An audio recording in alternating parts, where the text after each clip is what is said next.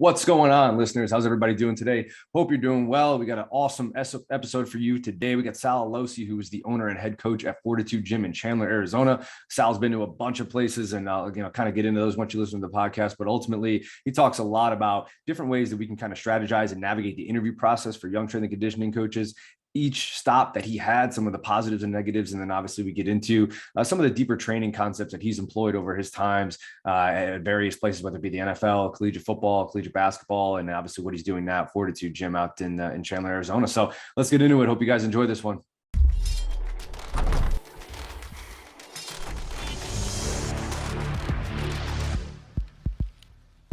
All right, welcome listeners to the Samson Strength Coach Collective podcast, another episode. Today, I'm your host, Anthony Grasso. We're joined by Sal Alosi, who is the owner and head coach at Fortitude Gym in Chandler, Arizona. Super pumped to have him. Obviously, I've been trying to get him on the podcast for quite some time. He's a busy guy now. Took the time to obviously get to know me when I was at UConn, some random assistant on the football side. So I always appreciated that. And I definitely wanted to get him on here to obviously get some of his views out there and get his opinion on things. Just to give you a little background on Sal, he's got a Bachelor in Science in Exercise Physiology from Hofstra University. Certifications, you got Applied Biosignature Transformation, Tactical Strength and Conditioning Facilitator through the NSCA. He's a level 1 Precision Nutrition certified. He is a registered strength and conditioning coach with distinction through the NSCA. He's also has an FMS certification, CSCS through the NSCA, USAW sport performance coach, and a level 1 instructor for Gracie University. We just kind of touched on some of the BBJJ stuff, and we're going to get into his background a little bit just to give you a little bit of info on the place he's been. We get Jets, Falcons, back to the Jets, Bryant University, UCLA, UConn, as I mentioned before, Gracie University, just to kind of keep him on his feet and stay busy during this time prior to getting out to Chandler, Arizona, starting Fortitude. So that's that right there. Welcome, Sal. Appreciate you hopping on, man. Pleasure to have you. Obviously, we welcome you. And if we could just kind of, I'll toss it over to you. Just kind of give us a little bit of background on, where this whole thing started for you and how you kind of came about. And we'll kind of talk about, different successes and mistakes and some of the things that happened along these stops along the way. Sounds good, man. Appreciate you having me on. In terms of my background, I was a multi-sport athlete growing up. I think everybody in my hometown started with soccer, and that gradually transitioned to football, basketball, and lacrosse. Growing up on Long Island, New York, I had a lacrosse stick in my hand. I think when I was 4 or 5, I got one for my birthday from my uncle. So that was probably the first real sport I played, like as a group other than soccer. High school transitioned those sports to football, track and field, wrestling, and lacrosse as well. So I played a multitude of sports through high school.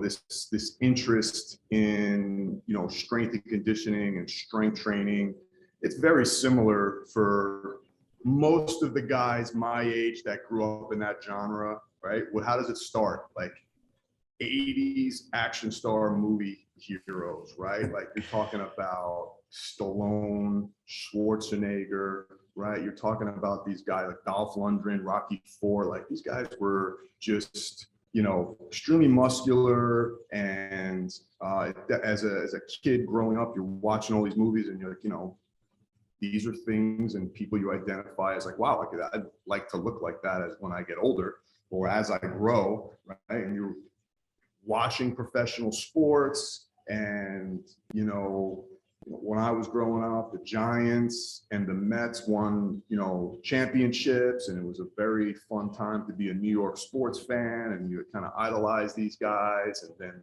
you start to learn as you go into middle school and high school that there are strength training programs surrounding these programs. You start reading magazines, right? Like you get like the Muscle and Fitness, you get, and then that transitions to Muscle Media, 2000, and then, advent of the internet, and that turns into, Testosterone Nation with great articles as you're coming up through college and then into the workforce. So that's kind of how I transitioned to this exercise science field. I was a football student athlete in college. Like you said, I went to Hofstra University. The only thing that was going to keep my attention in that time span what was going to be something about physical training. Combine that with some family history of heart disease. It was an easy decision for me when it was time to decide my major to transition to the exercise science field.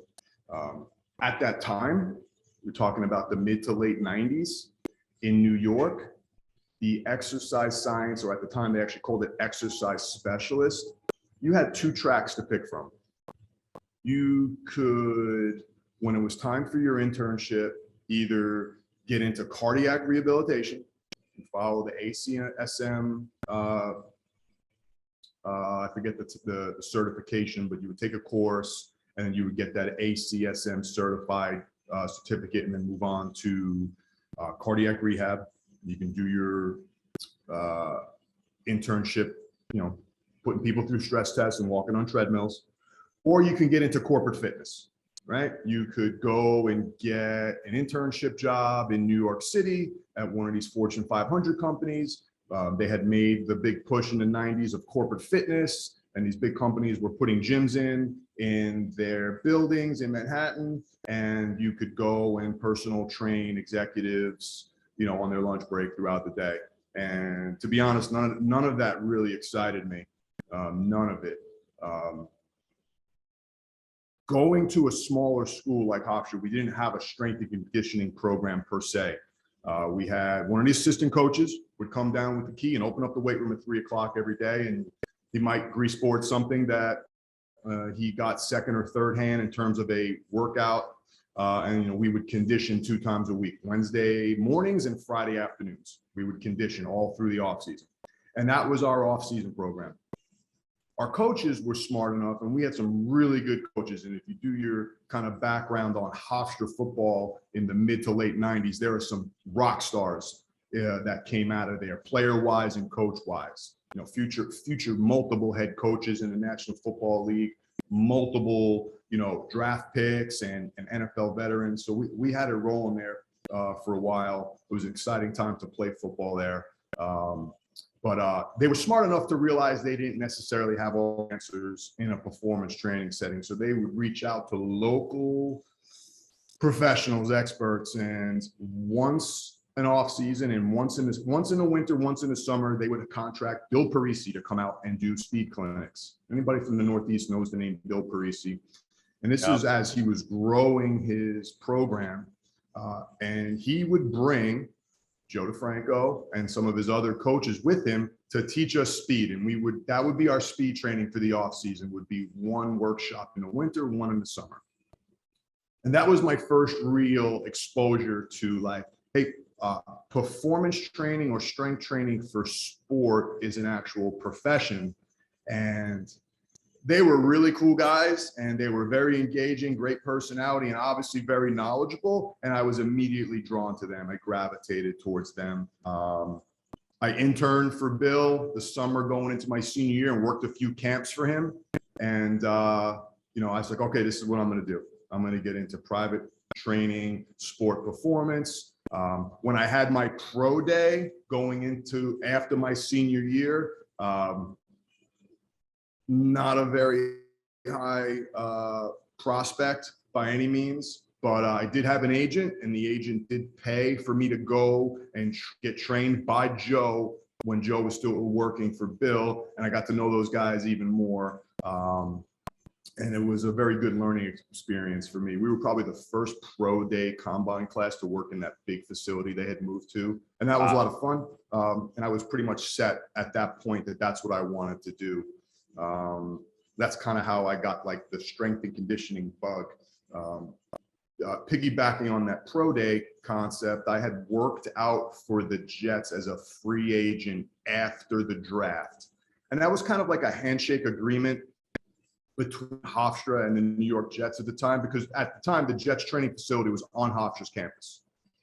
So as a good relations type of thing, because we actually shared some space, anybody that didn't get picked up as a draft pick or as a free agent after the draft, the Jets would work out as a way to get the kids on the radar, get them on the transaction list, and maybe they would get an extra body for the rookie mini camp for the next weekend. So me and a couple of my buddies went over there for a free agent workout. and I actually rolled my ankle during the workout and actually performed like complete dog shit. But the linebacker coach at the time liked my personality, liked that I pushed through the workout, even though I rolled my ankle. And we're walking off the field on the way back to the locker room after. And, we had already talked about what my major was, what my plans were, what I was looking to do now that I was done with school. And he said, maybe we can, get you involved in an internship here at some point or something. And extremely fortunate, very atypical type of job opportunity for me. But that started my relationship with them. And long story short, I didn't end up working for them and interning for them for well over a year later, but at least it got my foot in the door.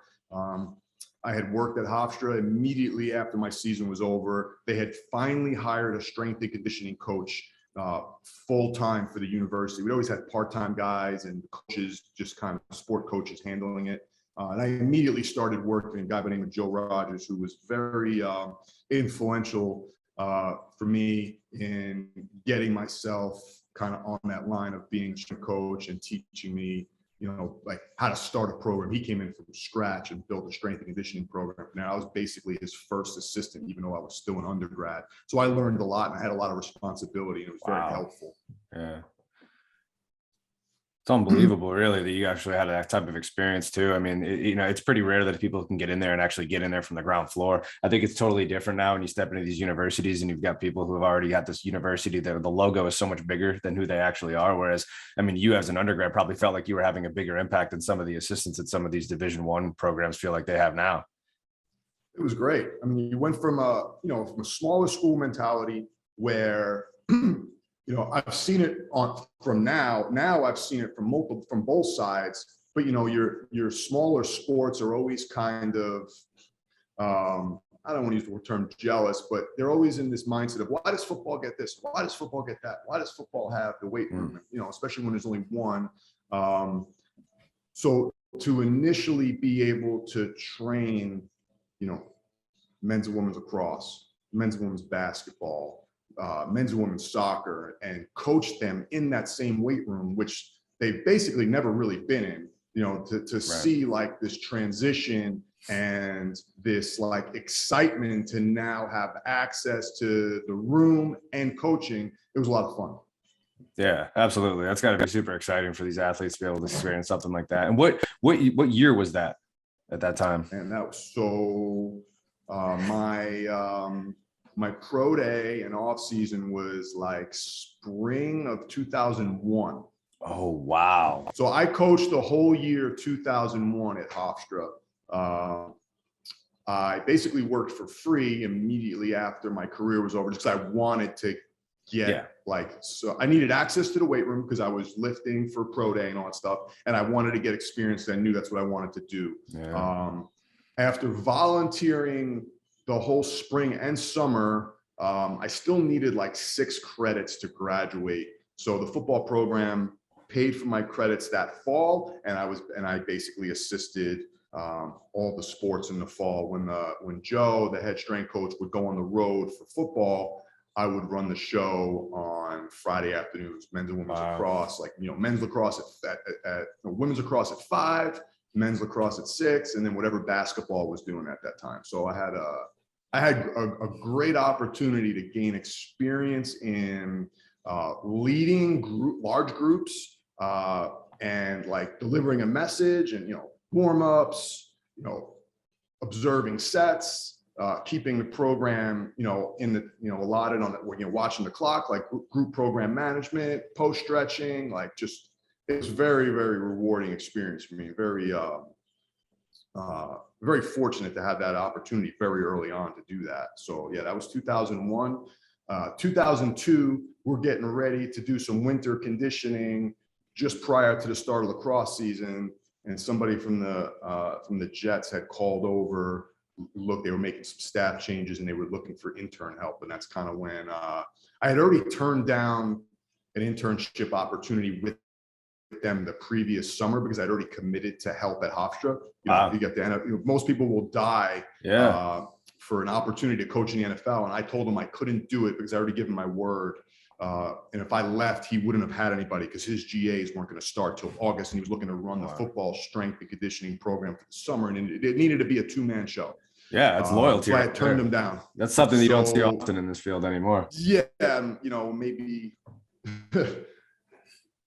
right decision for me at the time without really even thinking about it. That was just kind of how I felt. They called back in January of the following year. My boss, Joe, answers the phone. I hear him talking. He kind of puts it down and puts his hand over the receiver. He goes, "Hey, the Jets are on the phone. I'm taking it this time." That's okay. So I went over there for an interview and ended up getting that. That was my first experience in the NFL was then. Yeah. January or February of 2002 as an intern. I started as an intern. That's awesome. Kind of how that NFL, experience started. I bet they were probably a little bit more excited to take you on too that second time around, knowing that they were getting somebody of a higher quality nature. There's like, listen, this is the guy who actually turned us down because he wanted to keep his word for somebody who had gone out of their way to help him out in his career. I mean, I think there's probably a decent amount of excitement they had. Like, hey, we know we're getting a good dude, above all. Knowing what I know now after going in there, that was actually, exactly like you said, their big concerns all the time was an intern program. Obviously, they weren't going to pay you very much, if at anything. So it had to be somebody local because they can't have this moving expenses of somebody coming to live in New York, the most expensive market, in the profession. So the flip side of that is we can't have a local sports fan who's going to be in the corner, banging guys out for autographs and memorabilia. If we get them in here, it's going to be starstruck. And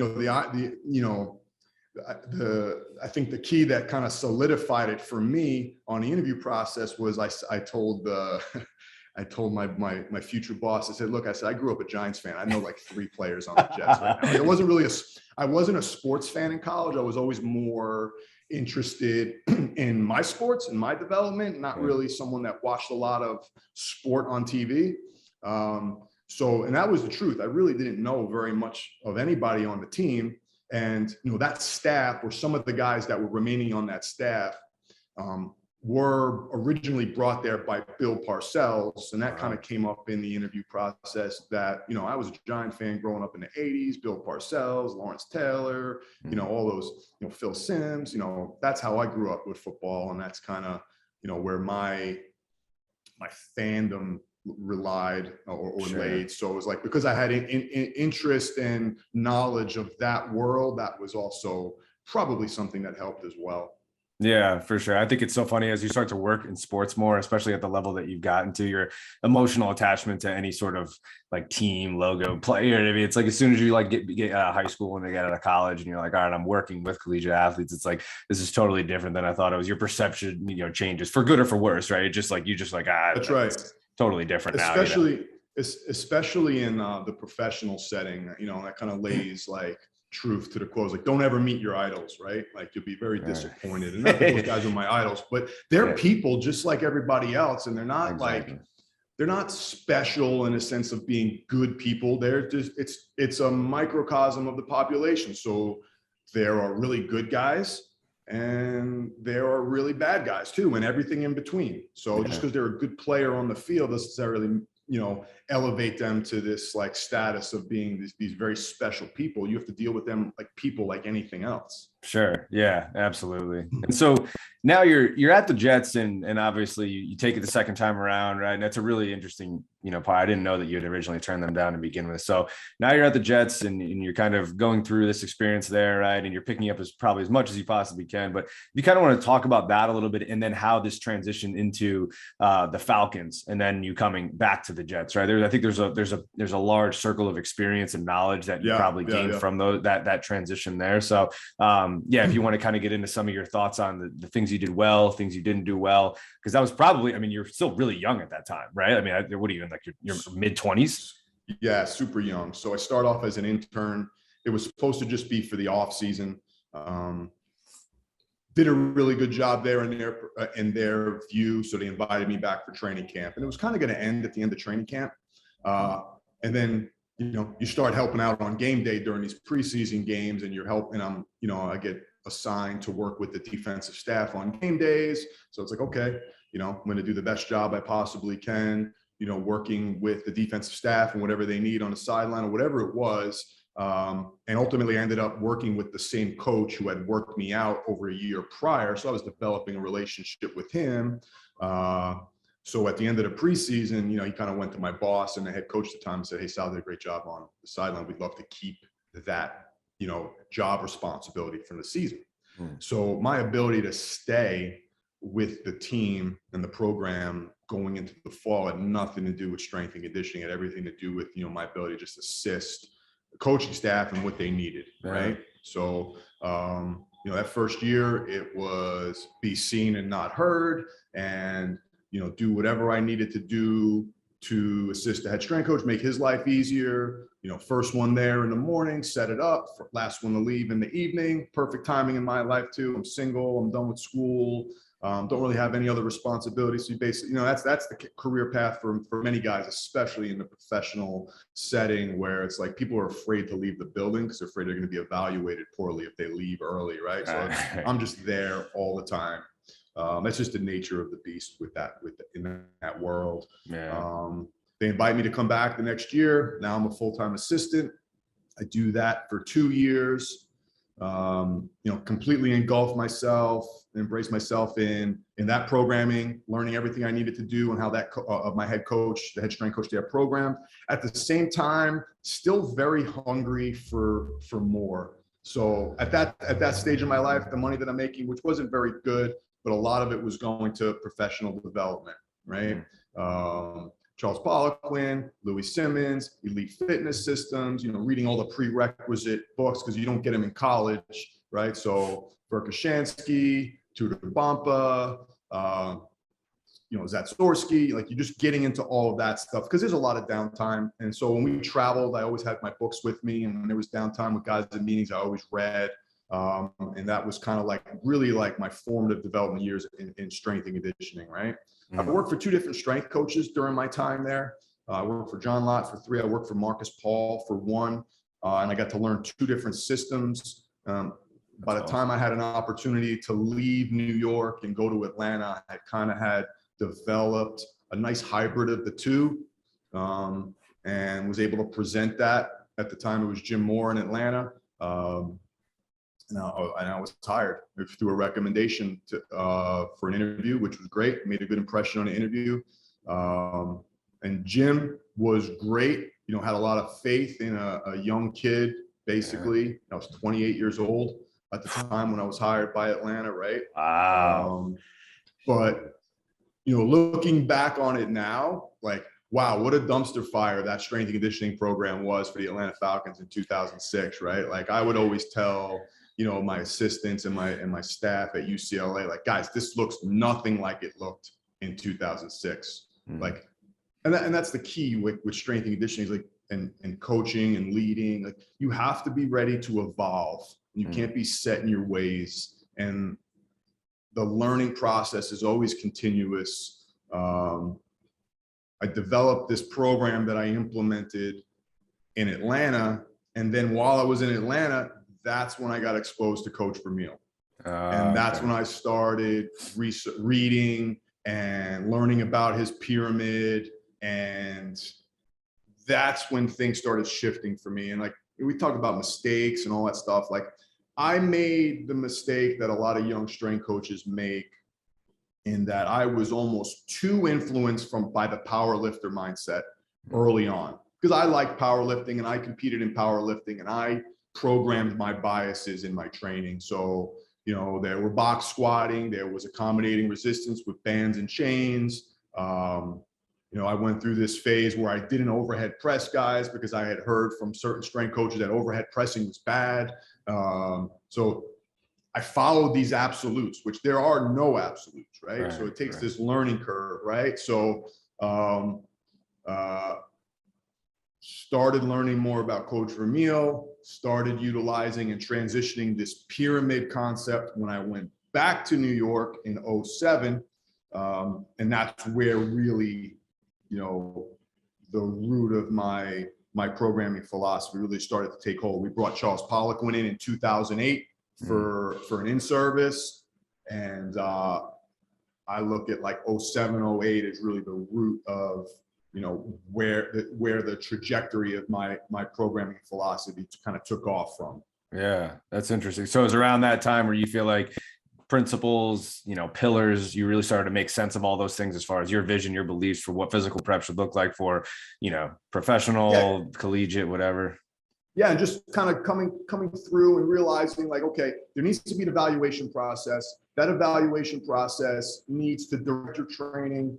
The training needs to improve specific norms that you want for athletes based on age, position, body weight, body composition, right? Like creating strength ratios to eliminate weaknesses like that. That's where the root, came from. And I've already been a head strength coach in the National Football League at 28, and I'm course correcting significantly into my second and third year at the pinnacle.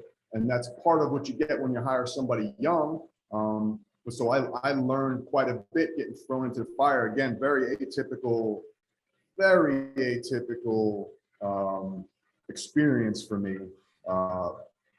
But very valuable at the same token. And I kind of joke about the Falcons being a dumpster fire. Like those guys lifted really well. I took over a program after the legendary Al Miller retired or semi-retired. He ended up coming back. So I had a culture of guys that were not that did not shy away from the weight room. So I was very fortunate. I had guys like Brian Finneran, Patrick Kearney, Warwick Dunn. Like these guys were weight room guys. Even at the time, Michael Vick did not miss a game in 2006 for the first time in his career. He set our pull-up record for quarterbacks week 17.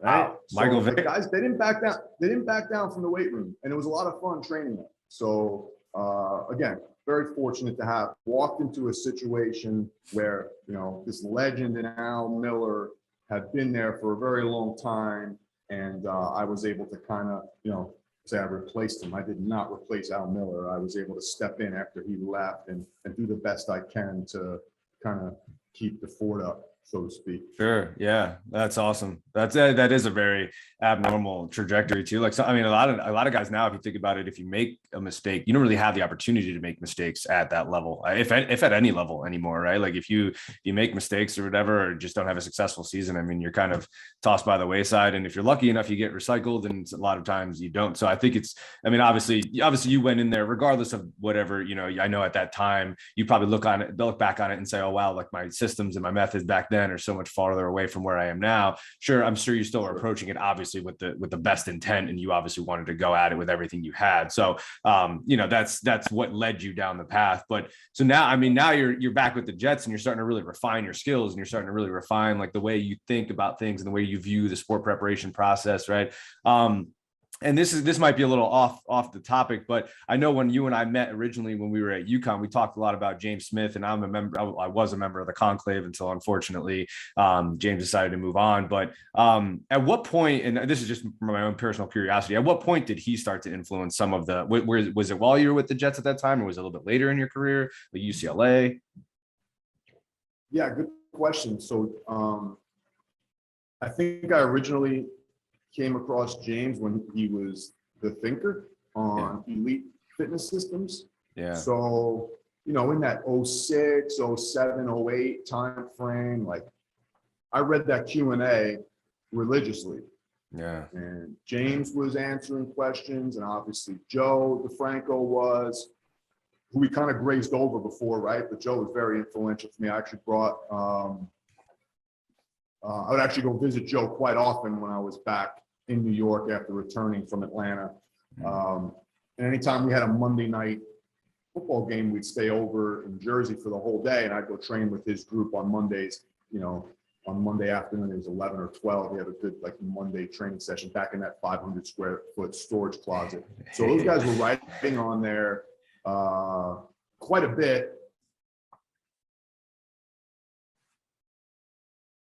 From James and buying his presentations and listen, he had obviously a very abstract and different view of performance training than the mainstream. And I found that very, very intriguing and interesting.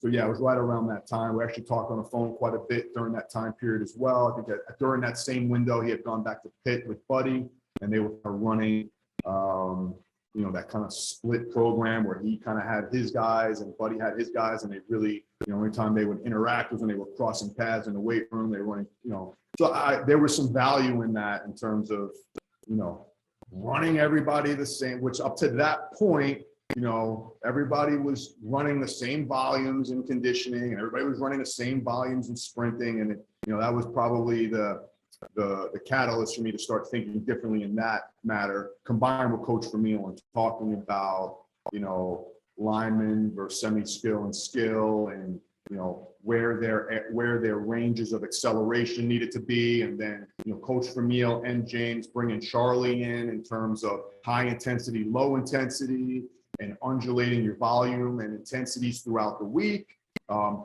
I arranged my staff in such a way in New York that I had one assistant who was a former NFL lineman. He was in charge of my bigs, and my other assistant was in charge of my skills, and I was in charge of the mids, basically when we went out onto the field. So we'd have 3 pods going at all times for our running, whether it was conditioning, warm-ups, sprinting, because it had to be different, right? Your skill guys need to accelerate further out because they're going to cover more ground. Your big guys need to stay in a much shorter range of acceleration, right? They have to overcome, their body weight plus the body weight of their opponent, right? And then the semi skill or the mids, they're somewhere in the middle. So your sets, your reps, your rest periods, they're going to be drastically different. You can't just train them all in one big session. The same goes for tempo, right? Because you need this ratio of speed and tempo volume to match, right? So you can't go do various speed volumes with your 3 body types and then go run the same tempo volume with everybody, right? It's going to be too much for the big guys. It's not going to be enough for the skill guys. It might be too fast for the big guys, where now you're not getting that low intensity, high circulatory, regenerative running. And it might be, too slow for the skill guys, where it's like, all right, they're not getting it. You're not stimulating them, right? You're not eliciting a training response. So yeah, that was kind of like, I think James was kind of the catalyst for that, like, train of thought along with, like, when really smart people start saying the same thing differently, you start to say, okay, this makes sense. Charlie, Coach Vermeil, James, Louis, right? Like even Mike Boyle at the time was talking about CNS intensive training. They're all saying the same shit differently. Like, okay, yes, how I want to make this mine, right? So that's how you're getting that. That's how you're kind of putting that information together. Yeah. I think one of the things when I did a consultation with James about, long to short and short to long, I think one of the missteps that a lot of coaches make is understanding that, like, although tempo work is low intensity in nature and you're going to be living in a submaximal framework, at some point when your volumes climb high enough, they are going to be stressful, and they can be too stressful for certain people. And if it's not meshing well with some of your speed work, then obviously you're going to be at competing quality. So I think that's pretty interesting that you're able to. And I've taken a lot of his, especially from the governing dynamics, when it came to like taking a look at distances, intensities, and then obviously like what actions are performed specifically, like the competition movement maneuvers on the field, high intensity versus low intensity, and how to load those in a scalable nature. I think he does. Like, I know he's super technical, and that throws people off in a way, but that was the thing that I completely agree. That was the thing that really drove me towards him. As my mentor was like, hey, you seem to be somebody who's like just loves the whole like anti-establishment movement when it comes to strength and conditioning in general. You love this guy because he seems to have shit to say about all that stuff. So that's what kind of like led me down the path for like I said, whether that's a good thing or a bad thing, I don't know, but it was, you know what I mean? So but yeah, to kind of like go off of that. So now, things, so your time with the Jets the second time around, how many years was that? And then at that point, like 4. You said, you're really starting to find some success there. So 4 years there, you're starting to find success there. You have your system set up, your coaches are working with specific position groups, right? And you guys are pretty much clicking on all cylinders. What are some of the things that you would say you would have done differently that time around prior to moving on from the Jets? Yeah, I think so. Going back to what we said before, like I think one major mistake, and it wasn't a mistake, it's just, okay, I view it differently now, was, this concept of, not training in all planes of motion, upper body wise. Okay. So, I was kind of veering away from this overhead press mentality because that seemed to be a very strong trend. And I think that was a mistake. So when I transitioned from New York into the college world, especially the football guys and the linemen, was I box squatted all of my linemen, okay, and I didn't overhead press them. And when I was making the transition to college, I said, okay, I'm dealing with a much younger population right now, and if I don't train the squat deeper, and if I don't press in all planes of motion, upper body wise, I'm going to be doing them a disservice, right? Mm-hmm. So the justification in National Football League, professional athletes, especially linemen, was they're beat up, and the box gives us an ability to scale the training from day to day, depending on how they were feeling. The linemen had the static by overcoming dynamic coming out of their stance. So it made some sense to do that. Skill guys did free squat in the professional setting, but I eliminated the box squatting when I moved to college and trained everybody in a high bar Olympic back squat. And I think that was definitely the right decision. I utilized the box squat as needed in rehab setting, or when there was special methods that needed to be implemented for advanced lifters. Okay. Training in the full range of motion. I now was going to introduce more Olympic lifts for strength and power development for the 18 to 22-year-old athlete. So if you're going to be performing push presses and jerks overhead, and if you're going to be snatching overhead, you need to have the prerequisite overhead pressing strength to support those weights, right? So you need to create a system in that, okay, your younger athletes build prerequisite strength in your traditional strength movements, incline press, overhead press, horizontal press. And then as they progress and build their norms or achieve their norms based on body weight, age, position, now you can transition into more aggressive strength and power training as you work your way up the pyramid of athletic development that we modify from Coach Ramil, right? Yeah. So that's probably the biggest thing that we transitioned at. And, from 2010 to 2012, there was about a year and a half of recalibrating what that was going to be. I went up to Bryant University in Smithfield, Rhode Island, and started putting the finishing tweaks on what I had developed with that. Revisited Westside Barbell in 2011, revisited University of Iowa and Chris Doyle in 2011, and really kind of buttoned up what my collegiate program was going to be, training that population. Yeah. Okay. That's interesting. And then that was when you went to UCLA and started, you kind of had UCLA 2012. Yeah. So then, at that point, right, you're starting to kind of as you said, recalibrate some of the ways that you're viewing things, some of the criteria, right?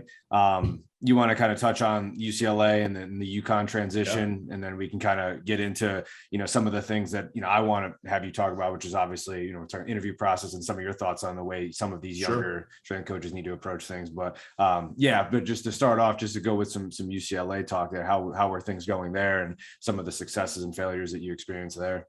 So we were the first football-only strength and conditioning staff at UCLA. So Jim Mora, who hired me in Atlanta, rehired me at UCLA, and basically created my position. My position didn't exist prior to going out to Westwood. So getting a football-only strength and conditioning staff was something I had to do over time. There wasn't in the budget to start, to bring in your 5 full-time guys that were in addition to the rest of the sports performance coaches on staff. So it was a process. 2 things I think that we did really well there initially was that we prioritized high intensity speed work. So we prioritized high-low training. And that made a huge difference in our performance on field because Noel Mazzoni was going to be our offensive coordinator, and we were going to run a high tempo spread offense. Okay, so we were going to be fast, we were going to be aggressive. Our linemen didn't need to be your 320-pound linemen. They needed to be able to have work capacity and be able to get in and out of their stance on a 20-second break, right? So understanding how to develop energy systems throughout the course of the year, working from power and transitioning to capacity was critical in our ability to perform in training camp practice, and obviously once we got into the season. So introducing this high-low approach was the first really good thing that we did there. And then the second really good thing we did there, in my opinion, was we put a microscope on nutrition. Okay. Yeah. I looked at the job as a director of strength and conditioning for a football program at a major university like that as a way, strength and conditioning is a conduit to create lifestyle modification and to improve the lives of your players, right?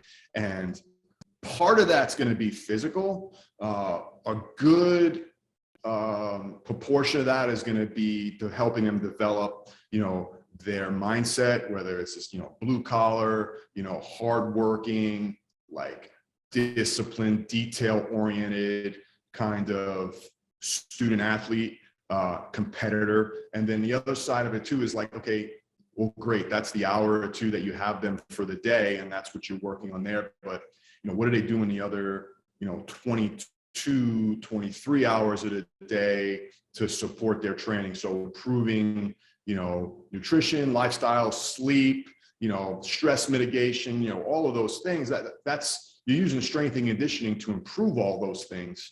Ultimately, that's going to create, a better competitor and obviously a better person. And that's really the recruiting talk you have with these kids when they come in is, 4 to 5 years with us, the byproduct of working with us is you're going to be prepared for whatever life's going to throw at you when you walk out the door. If it's playing next level football, great. Like you're going to have the tools necessary to compete if you're good enough. Okay.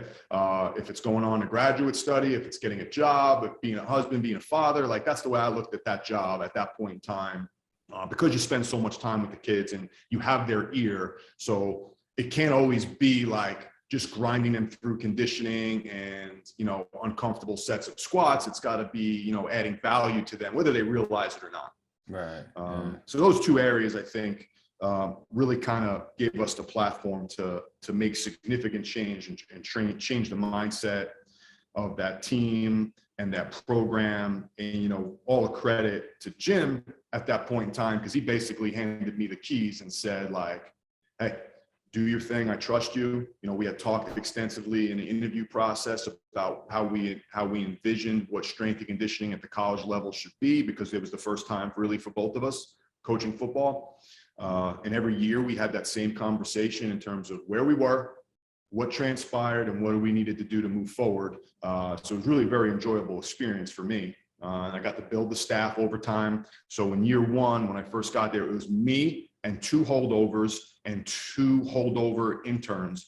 And by the time I left, it was myself, 2 full-time assistants, 2 graduate assistants, a sports performance nutrition coach, and a stable of interns. So we had kind of built that thing from nothing to something, at least I'd like to think. So yeah, built the training, built a $25 million or $50 million, I don't even know what the final number ended up being, training facility.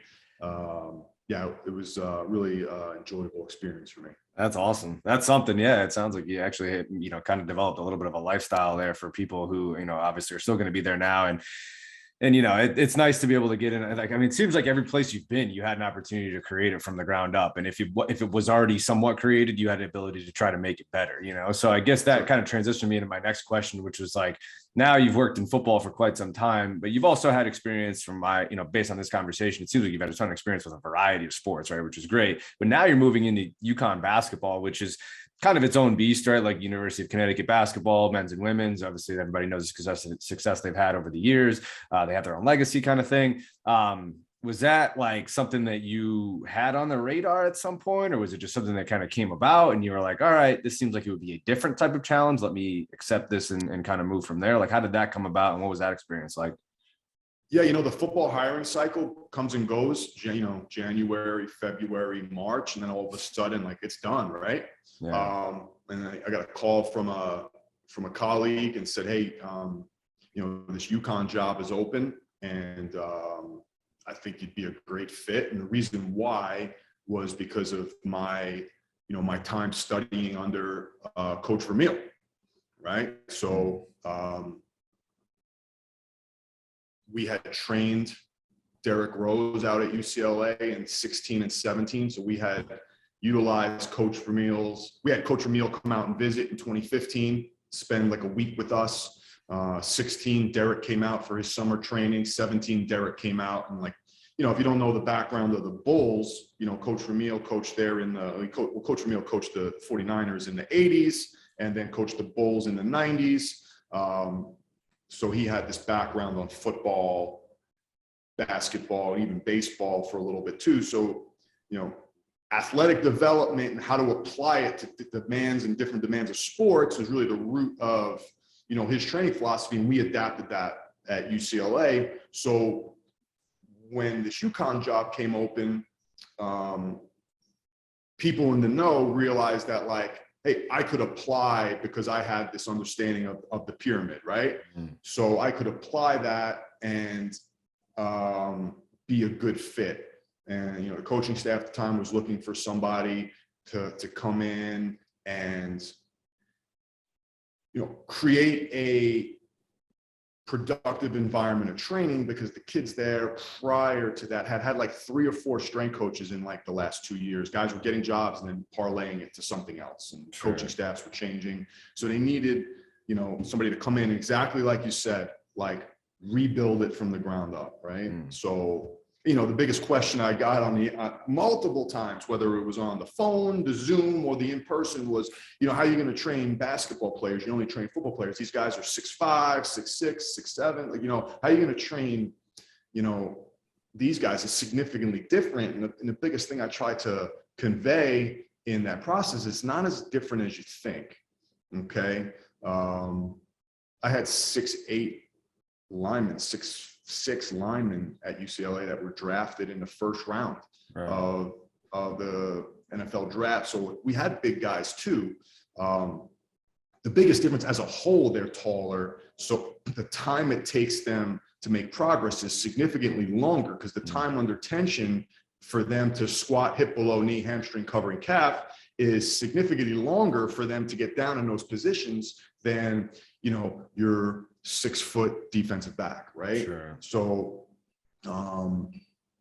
there was going to be a need to understand that this is going to be a long-term process, but I train people. I don't necessarily train positions. Right. I don't necessarily train specific sport athletes, because that's a whole nother load of bullshit that people are pushing in terms of sports specific training in the weight room. And I've tweeted that from time to time just to see how many people get triggered on it. Oh, you're going to train more like linemen? Like, no, train more like athletes, and they have a specific set of needs, right? So it's like, hey, ankles, hips, and shoulders need to be mobile. Knees, torsos, and like shoulders need to be stable. Like, there's certain things that are prerequisites across the board. Like, athletes that are 18 years old that weigh X amount of pounds need to have prerequisite strength in this range at the overhead press, at the bench press, at the squat, at the RDL, like at the deadlift. Like, there's strength ratios for people, and there's norms based on age, body weight, and yeah, you can create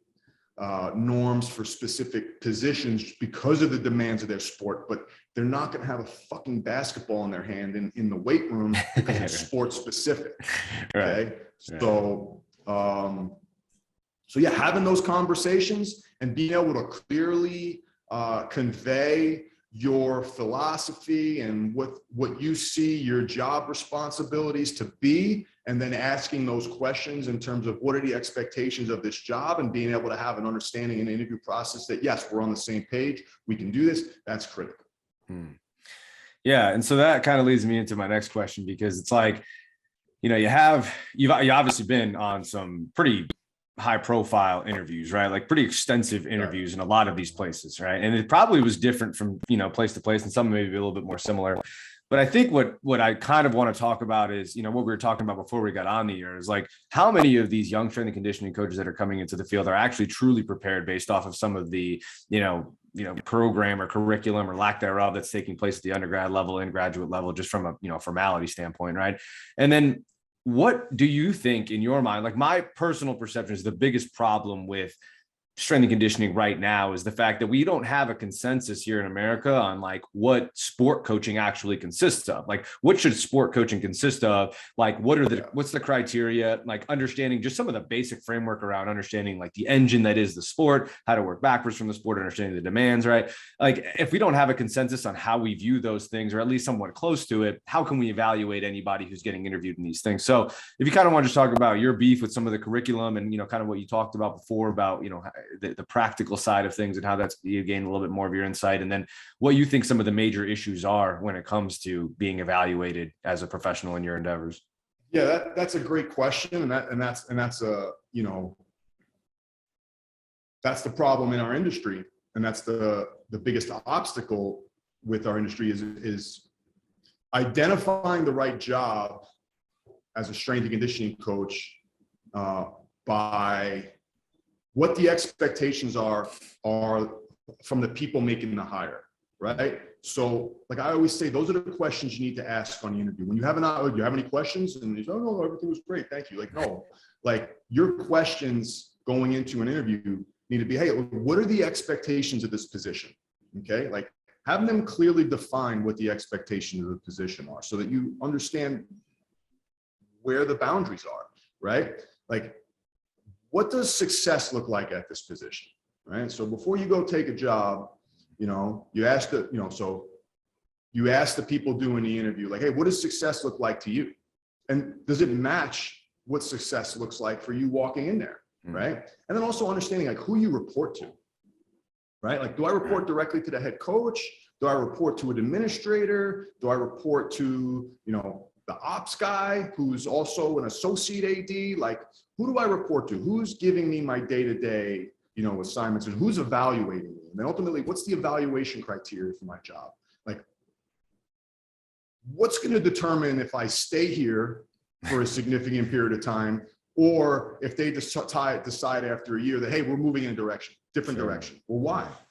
So I think that's important, right? Like, and there has to be an evaluation criteria for administration in terms of what they're looking at in you. And all those things come out in the interview process, right? Like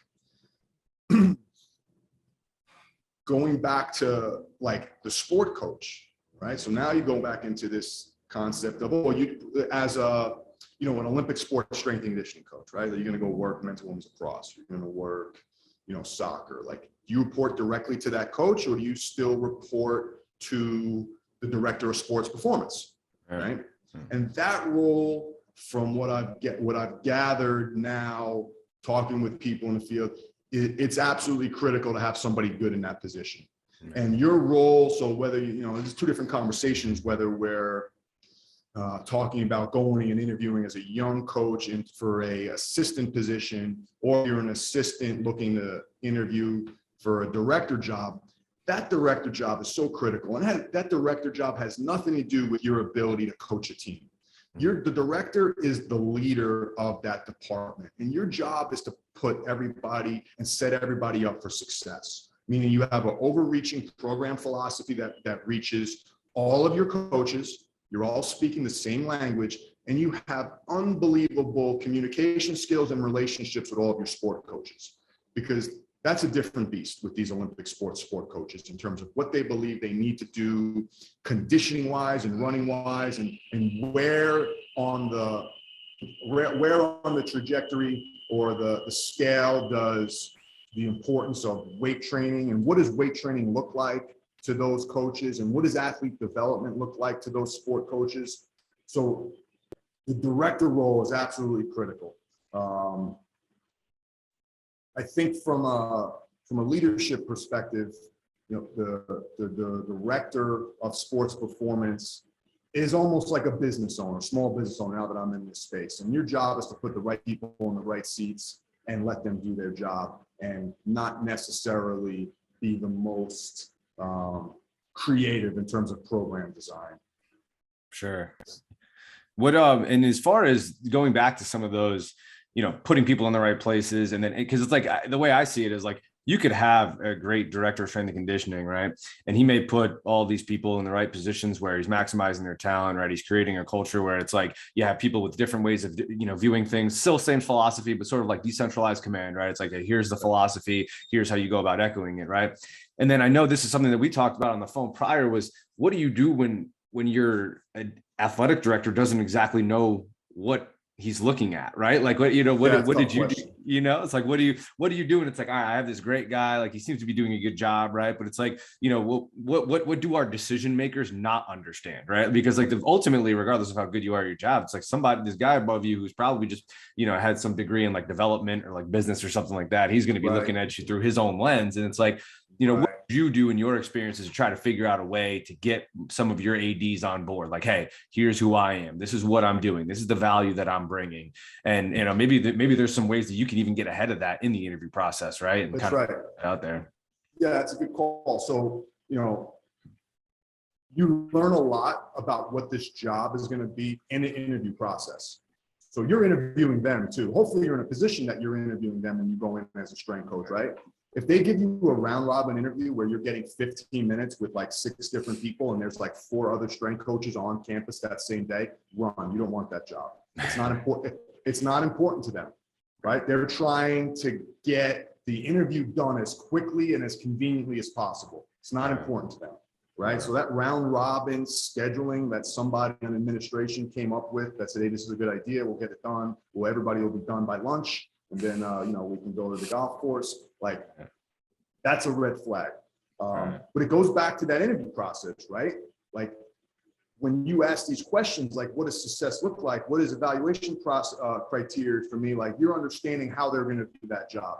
And that gives you an opportunity to then step in and kind of get your talking points across, right? Like, I always look at like trying to like my elevator pitch for what my job is going to be for strength and conditioning collegiate level, right? Like I'm going to prevent training injuries. I'm going to reduce the incidence of injury in practice in sport, and I'm going to work to improve on-field performance, all while creating a very structured and disciplined training environment, improving, team morale, expanding upon and communicating the head coach's message, and building a positive training environment where the kids like to come into the room, they want to work hard, and there's clear and set training objectives where they know what they're working towards on daily, weekly, monthly training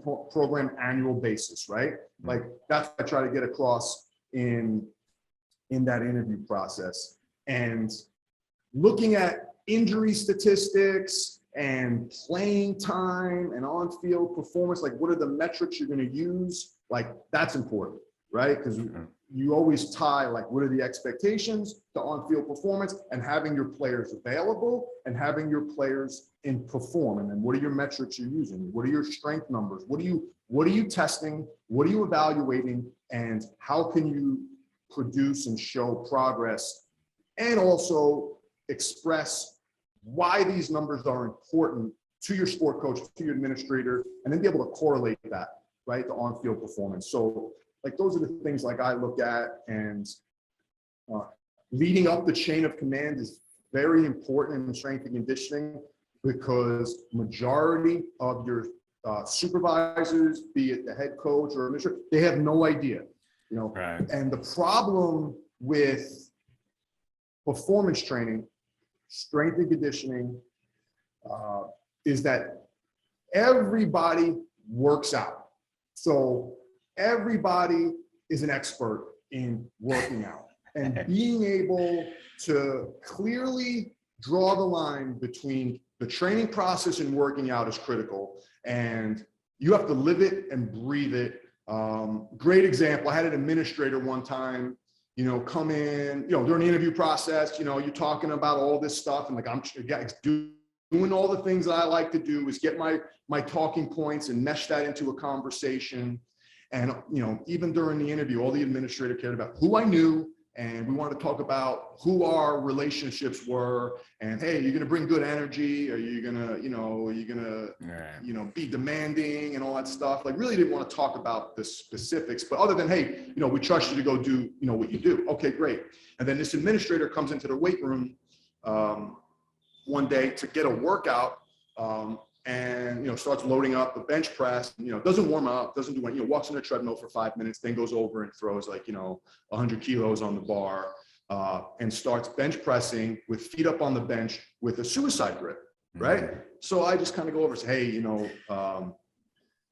probably want to put your feet on the ground, and here's the reason why you should wrap your thumbs around. And he's like, bench pressing my whole life. I don't really need to change my grip now. I was like, okay. You hired me because I was the expert. You hired me to change things in here. And now I'm coming over and just offering you, and you've already asked me to hey, can we start working out? Can you start training me? I need to lose some weight. I'm like, so I came in initially just to offer, a tip, and you immediately shut it down. So guess what? I never tried to probably hindsight 2020, I should have became friends with that administrator and trained him, but he wasn't coachable. So we moved on. But everybody works out, and that's the same problem I run into now. Not problem, but that's the obstacle, is that everybody can work out and make themselves tired and get their heart rate up. But, you have to find the people that are, interested in improving, and then, having some tangible, metrics to be able to gauge the effectiveness of what they're, engaging in terms of their training, right? Or their hour and a half they're going to put, or they just like to get a workout in. Yeah, exactly. Right. I think that's the one thing, I was thinking about it before we even hopped on the podcast this morning. I'm like, why is it that almost every person I know has an opinion on training? And I'm thinking to myself, everybody could do it. Exactly. Right. It's everybody has at least everybody at some point knows in their mind, okay, I need to perform a workout, right? It's most basic level. Right. Everyone's okay, I need to be physically active. And so that's why you get people across the board, whether you work in, general population, whether you're collegiate athletes, professional athletes, and everyone's got a different opinion, different experience. It's just and that's, it's fine. It is what, like you said, it's more of an obstacle. It's not necessarily, fault or anything like that. It's just something that you obviously have to navigate. But I think in that particular instance, the specific example you gave of the administrator who's in their bench and suicide grip with his feet up, regardless, that was just symbolic of the fact that all right, not only am I not this guy is not coachable when it comes to actually listening to a specialist when it comes to this stuff. How am I going to be able to get some of the other larger things across the board? Hey, how am I going to, because, and I know who you're talking about, right? And I know that obviously at one point when I was being evaluated, we were told we were being evaluated off of injuries and performance, right? And it's well, if we really wanted to, we could do about 17 different podcasts on what that means, right? If you really want to dive deep into how to evaluate injuries, how to evaluate performance, because each of them, and the example I always give is when I was at UConn, we had, our offensive line was brutal. So when you're dealing with an offensive line that's pretty bad, your running backs are getting tackled by pretty much two defenders every single time they get tackled. So where does that factor in when you got a guy getting, someone's coming in, he's engaged, and then you have one guy coming in free who can do whatever he wants with that vulnerable running back. And it's well, now we've got an ankle here. It's well, where does that really factor in with our training? I mean? So not to go down that rabbit hole now, but that was kind of my thought, was just well, if that's, the mindset in that moment is, hey man, I've been doing this. How can we even have the conversation of going further down that path of hey, here's how we really got to start looking at, injuries and performance on field, off the field, whatever the case may be. But I think, I think that's the scary part. That was kind of eye-opening to me. Even when you told me the story, I'm like, damn, you're in a pretty tough position at that point. You know what I mean? It's how am I going to be able to develop a connection with this guy, Yeah, that was tough. The one thing that I didn't mention early on that was critical to my success at all my stops. One, I've kind of already implicated it, was just great communication skills with your head coach and being on the same page in terms of what goals and objectives were. And then the second one is the relationship with sports med, right? That is absolutely critical. So you can't show me a successful strength and conditioning program without a solid working relationship with their sports med department, right? Yeah, So, absolutely. Yeah. you know, when I was in New York and when I was at UCLA, I was surrounded by very good leaders in the sports performance department, or sorry, sports medicine department, that we were very cohesive in our approach, and we understood, like, hey, rehab's in the training room, performance training's in the weight room and field, and there's this transition between the two where they take them, we work together, and then they hand them off, right? And that happens over time. And I understand there's a trust issue, but it's like cats and dogs, right? Strength coaches and athletic trainers. But the program and the kids and the team, the athletes ultimately suffer when those two programs are not on the same page. It's a very insecure profession on both sides. And when you get the unique and rare instances where both sides really kind of eliminate ego and want to help and support each other, you get a really good product. Again, 4 years in New York, but 6 at UCLA.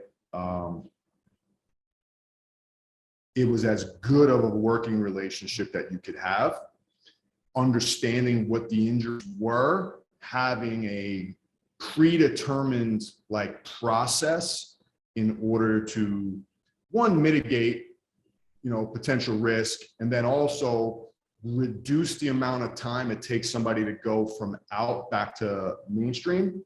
Yeah. Right. That is a multifaceted approach. And if the strength coaches are trying to do too much rehab and the athletic trainers are trying to do too much performance training, you're wasting your time, and ultimately the athlete suffers, right? So having good people in both those departments are important, and that has to be earned. Like our first year at UCLA, we're getting ready for spring ball, and going to a meeting with our athletic trainer, assistant athletic trainer, and our director of rehab, and we had this big meeting on all the players. We had postseason surgeries, and then we had some guys that had some lingering issues from the winter training program, and how are we going to address this during practice, right? Because there were some issues previously with previous staffs of guys just standing around and not being productive and not getting the attention they needed. I said, well, we work with them during practice.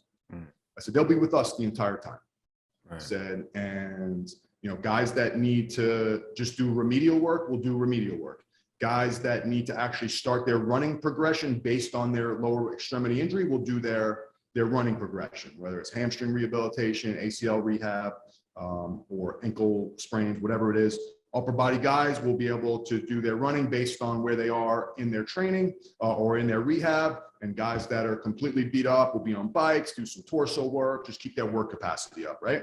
Well, how are you going to, we usually do that during practice. I said, how are you running practice and covering your position groups if you're working with rehab guys? Yeah, it's really hard. Right? That's why we're here. This is the first time we had a football only strength and conditioning staff.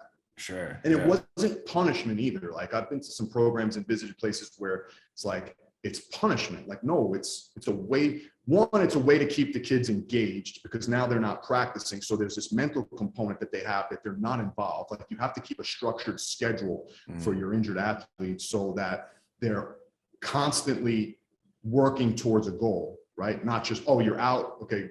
Go in the training room and sit on the table with the, the Normatec on or the ice and still like, no, we're working, you're practicing, you're preparing. You're always working towards something. There. Yeah, that's right. And then, secondly, how are we efficient with our time, right? So if you don't run these kids the way they need to be run now during practice, when are you going to do it? You have to go do it at what they had done previously was either at practice or after practice. So now you're increasing the footprint this kid's on the field because he's watching for an hour and a half, 2 hours, and now he has to do his rehab. And then the trainers are now not attending to the players that practice post-practice because they're working with injured guys or they're handing them off to an intern. So, and after the first practice that we had, possibly the second, the trainers were like, we had won their trust because they saw what we were doing and how we were handling it. And, everybody was doing what they needed to do in order to get back on the field as quickly as possible, whether it was, acceleration training, tempo running on the side of the field, bike work, remedial torso, whatever it needed to be. So you build trust is what I'm saying. And ultimately, that leads to like a platform for success. And then you have all the information as a strength coach. You're getting real injury stats from your trainer, right?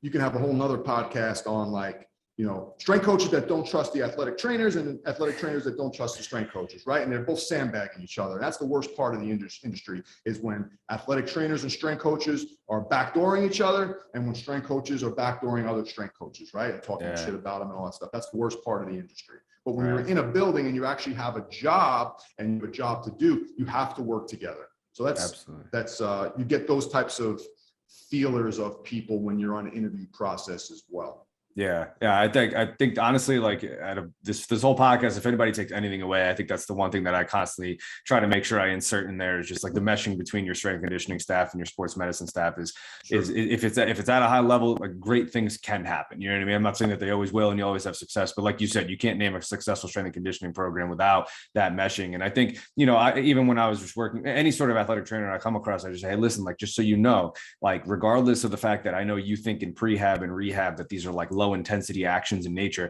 everything is stressing the athlete in some way, shape, or form. And if we just look at it like it's a big pie, then we'll be good. Like we'll make this thing happen. You know what I mean? Everything needs to be accounted for, kind of thing. So that's a two-way street too, right? Because strength coaches, good strength coaches take pride in understanding the rehab process, but you also have to allow sports medicine to do their job, right?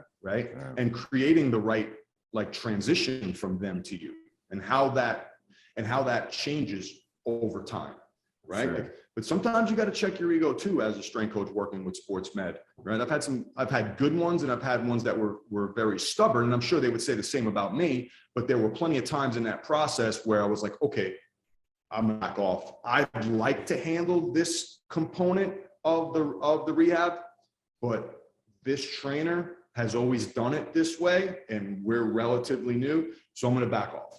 Sure. Right. Yeah. And because I don't want to overstress, like you said, I don't want to overstress the athlete. Like if sports med feels like, okay, they need to go do, drill work on the field or on the court with movement, then like I have to back off in that, because if I want to do the things that I want to do, now we're dipping into that pot multiple times, or we're overfilling that pot.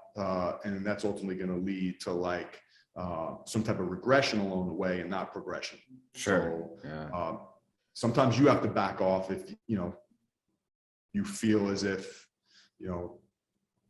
they're handling more, and that's also communication, right? Like you meet weekly on your players, you meet daily on your players. Like, hey, what's the process? Where are we going from here? Who's handling what? Like that's important, very important. Yeah. Absolutely. That's a great point too. I think like understanding when, it's the right time, right place, like understanding what you're stepping into, what's been done before, and then obviously how you can kind of integrate and slowly work and transition into some of the things that you'd like to see done. But like you said, like more dialogue, more communication, things can never go wrong, at least if you guys are, kind of moving in the direction of wanting to have more dialogue and more communication. We got about, I'd say give or take like 8 to 10 minutes left. Sal, if we, I know we talked about on the phone too, if we got to come back and do a part 2, would more than happy to do that too as well. You get some more stuff, but I do want to give you a chance to talk about what you're doing now at Fortitude. Obviously, love the name, by the way, super cool. I think just kind of talk about like your experience there, how it's a little bit different now, and some of the things that you're doing, and obviously anything that you would want to plug as well. I'll remind you at the end of it here too, but just anything else you want to plug as far as like where people can find you, some information, and different ways that you can continue to expand our knowledge base as listeners. But talk to us about Fortitude. Yeah, so mid to end of 2020, I just decided didn't necessarily want to live in the Northeast anymore. No offense, I know that's your home ground there, but we had spent 6 years. We had spent 6 years as a family in Los Angeles and really enjoyed warm weather year round, and kind of came to this conclusion that athletics. We're starting to get very boxed in by what athletics was turning into, the training process and having autonomy and things that I viewed as important, and we decided to make the leap, right? Sold our house in Connecticut, relocated, didn't want to go all the way back to Los Angeles, so we came up west to Arizona. My brother lives in Chandler, Arizona, working at Arizona State, the sports performance department for almost 10 years. So we kind of relocated out here and started kind of developing what we thought this private performance training business model would be. You know, becoming a business owner is not the same as being a gym owner, right? It's different, right? I don't want to be I'm not a gym owner per se, and we're still in a very, very early phase of what this is going to be. But coming out here, kind of figuring out the lay of the land, networking with people, sticking our toe in this space and learning as much as we can until it's kind of time to make a decision on where we want to be and what we want it to look like. But in the time being, you're taking these skill sets as a strength and conditioning coach, 20 years as a strength and conditioning coach, leading strength and conditioning programs. And how do you leverage that into the private sector? And how do you create a product that, you know, people identify as something they need and something they're okay with parting with their hard-earned money with, right? Mm-hmm. So, you know, at the root of what we do, at what I do, it's private performance training. I utilize that in a one-on-one and small group training atmosphere, basically working with executives, so business owners of themselves, some professional athletes, and then some youth athletes, creating this hybrid program where people can train under my guidance remotely, but still come in here basically quarterly for reevaluations, technique work, program design, orientation. I do that quarterly. And then people go off remotely and train, you know, whether, you know, a lot of people have their own home gyms now or train in their own gym. You know, this remote training where you're able to create custom program design for people based on their specific needs. A lot of former athletes do that. My network, and that's my referral network, is like former athletes that have now transitioned out of sport, whether it was I coached them in college or in the professional rankings level. And now, you know, they're kind of on their own, but kind of, you know, believe in me, believe in my ability to help them, and, you know, want to help support us as we build. And then, you know, training program downloads, very passive way to create continuing education for some people looking at different program design. Like that's my clientele, right? 50-50, the people I just mentioned, and then also coaches, right? So to think as a strength and conditioning coach that like you have everything kind of figured out, like, and that you write all your own programs, the best thing you can do as a strength coach is go to somebody that specializes in a specific area and either buy a program from them or consult with them and have them write you a program to get out of your own framework, right? So I do quite a bit of that as well. It's a great continuing education platform for coaches, a great way for them to ease their like workload, right? Because like if you're writing programs for all your teams all the time and that's where your mindset is, it's nice to have another program. I always have my assistants. We go back and forth. You write a program, I write a program. You write the program, and we just go back and forth like that. So now, like, okay, create that kind of service for people to kind of identify us as somebody they'd want to learn from, and then use that programming as a way to improve themselves physically and create some type of education out of it as well. Sure. So that's really kind of, you know, the services that I offer right now. You know, I do coaching consulting. So I help coaches with program design. There's not a problem that I haven't like had to face in professional sport or, you know, running strength and conditioning programs at the college level. So I do coaching consulting, very similar to this, you know, our Zoom calls. I'll have people submit all of their questions and problems to me in advance. I'll do the homework on it, and then we'll get on a call for an hour and go through, you know, that process. I do that with quite a few guys as well. And that keeps me kind of like engaged enough in sport, but it also, it's always a reminder to me too, that I don't miss that component of it, you know, with, you know, helping people with their problems. I like helping solve problems. I don't want to add any more problems to my own plate. So I do enjoy that. So yeah, that's kind of what, what we're doing here. My goal in this world is to kind of marry, performance training with, lifestyle modification, optimizing hormone levels, identifying blood work and deficiencies, and just like mitigating stress, EMF exposure, like helping people like develop more resiliency, and just making stronger human beings like in the adult world, while still training some athletes and using my background to help youth athletes kind of like prepare for high school athletics, college athletics, things such as that. So that's kind of my world, ultimately move into a space. We've got some big things planned to be able to do all that under one roof in the very near future. Yeah. That's awesome. Yeah, it sounds like a great mesh, obviously. And I think that was one of my concerns I had as well, leaving college football. Was like, all right, well, how do I still scratch the itch of wanting to be involved and continue to develop in that world? And obviously being able to talk to individuals like you through the podcast is kind of a way to do it, but also kind of understanding that like, hey, yeah, some of the people who probably submit their questions to you and problems to you prior to you doing the consults with them, you're probably doing the consultations with them, you're probably looking at some of these questions like, wow, yeah, okay, I remember this problem. I don't miss this at all. It's just like, oh wow, glad I'm not in that space anymore. So yeah, well, I mean, and last thing, I'd want to be able to make sure, put your stuff. I know you got a lot of work out there. You put a lot of content. I try to follow as much of your stuff as I can on like, whether it be Twitter or even some of your LinkedIn videos and things like that. But let us know, like all like across like social media, anything, like any work you have, articles, like anything you have out there that you want to plug, like right now, go ahead and do it and let us know like where we can find it. If you got like Instagram, Twitter, all that kind of stuff. So our website is FortitudeGymHQ.com. I have a blog on there. I try to write once a month. All of our services are available on that website. 2 different Instagram accounts, whether it's my coaching account, which is coach_Alosi, and at Fortitude Gym HQ. The Twitter handles are the same. Okay. I utilize LinkedIn as well as a way to just kind of promote basically all of the coaching component of that. So LinkedIn is more just like coaching philosophy.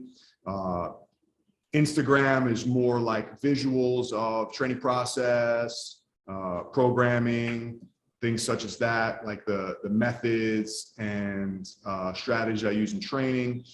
The gym account is more, just highlight and marketing of our services. The interesting thing about social media is it's a portfolio, right? Like I'm never really looking for immediate feedback. Most of the time I post and ghost, I just kind of leave it.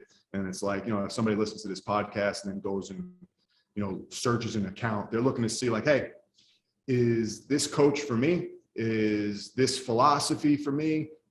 Is this guy talking about or writing about things that I'm interested in, or are they not? Right? Simple as that. So you're able to scroll through, and a couple of scrolls, you figure out if that's for you or not. And that's kind of how it works. In this setting, everything's referral based, right? So like I always kind of say, hey, people ask me, how do you get more clients? I'm like, I don't know. I'm trying to figure that out myself. But the best job you can do, and that's the same in all coaching stops, is do the best possible job you can with your current athletes, current clients. They're your referral network. They're the ones that are going to either talk very highly about you or not talk about you at all. Right. So, that's our world right now. So yeah, that's where you can find us on social media. And yeah, man, that's about it. That's Fortitude right now, working out of this boutique style gym here in our home. We're upside down in the fitness industry, right? I'm offering the highest end service in the fitness industry, one-on-one private training with a quote unquote expert. So it's not cheap. So identifying the right people is critical. And like I said, transitioning to, our business model and what we have planned for the future is exciting, stressful, but I wouldn't have it any other way. I work my own hours. I make my own schedule. The running joke is that when you go work for yourself, you get to work your own hours. But when you work for yourself, you're working all the time. Yeah. Right? You're constantly thinking about, okay, how do I leverage this service? How do I connect with more people? What's the next level of programming? How do I improve programming? Where is my pocket for continuing education? How do I continue to improve myself as a strength coach while trying to figure out, how to be a business owner, right? Because it's two different, completely different worlds. So I'm enjoying that. I'm enjoying that challenge. I think you're always trying to challenge yourself. I think you're always trying to create discomfort. And this is very uncomfortable, but it's necessary.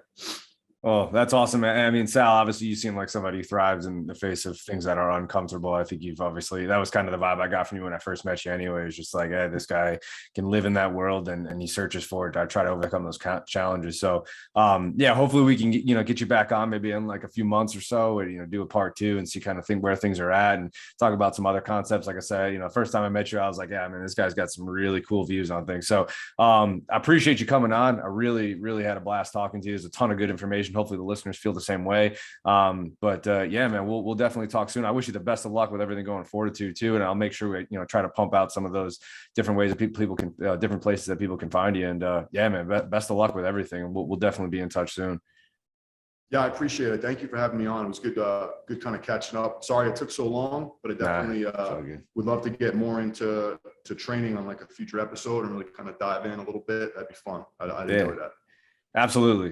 Would love to have you back on for sure. Well, all right. I know you're a busy man. I'll let you go, but I'll shoot you a text a little bit later and we'll kind of just recap whatever once you have some time. But it was great to talk to you, man. Have a great day. For listeners, we'll see you guys next time. All right, Sal. Take care.